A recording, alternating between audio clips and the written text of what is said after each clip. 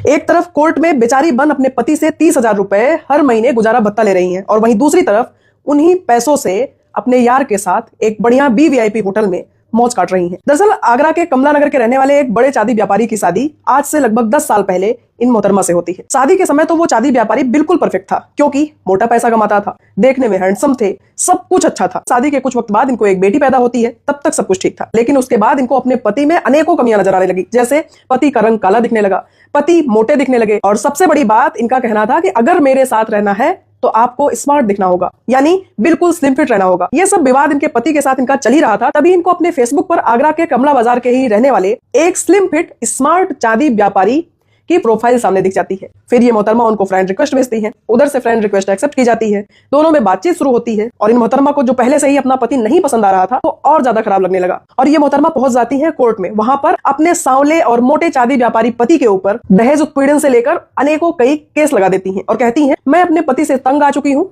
मैं अपनी बेटी के साथ इनसे अलग रहना चाहती हूँ और मुझे अपना और अपने बेटी का ध्यान रखने के लिए अपने पति से 30,000 रुपए प्रति महीने गुजारा भत्ता चाहिए। ये तो केस कोर्ट में चल ही रहा था, लेकिन इनका जो पति था वो नोटिस करता है कि ये मैडम अक्सर अब स्कूटी उठाकर दोपहर में शाम को कहीं भी चल देती हैं। फिर 13 जुलाई 2026 शाम लगभग 3 बजे की बात है, जब ये मोहतरमा अपने घर में बढ़िया से तैयार होकर लाली लिपस्टिक लगाकर अपनी स्कूटी से कहीं जाने लगती है। तुरंत इनका चांदी व्यापारी पति अपने दोस्त को फोन करता है और कहता है कि मेरी पत्नी अभी स्कूटी लेकर बाहर गई है, तुम उनके पीछे पीछे जाओ।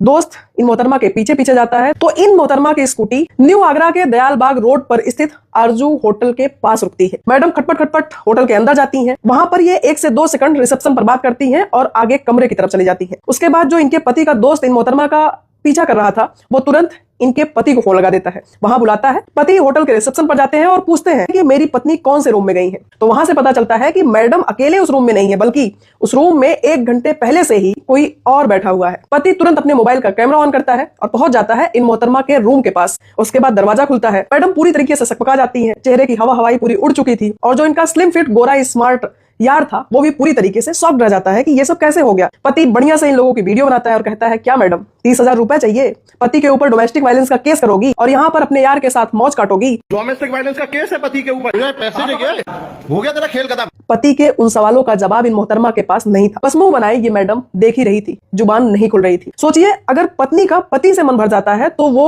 उल्टा ही अपने ही पति के ऊपर क्या क्या आरोप लगाकर अलग होने के बहाने ढूंढती हैं और ऊपर से उसी पति से अपना गुजारा भत्ता भी मांगती हैं। और इन जैसी औरतों पर कुछ तो ऐसे रूल होने चाहिए जिससे इनके इस मनमाने रवैये पर रोक लग सके। बाकी समाज में रह रही ऐसी मानसिकता की औरतों पर आप अपनी राय कमेंट बॉक्स में जरूर रखिएगा। Thank you.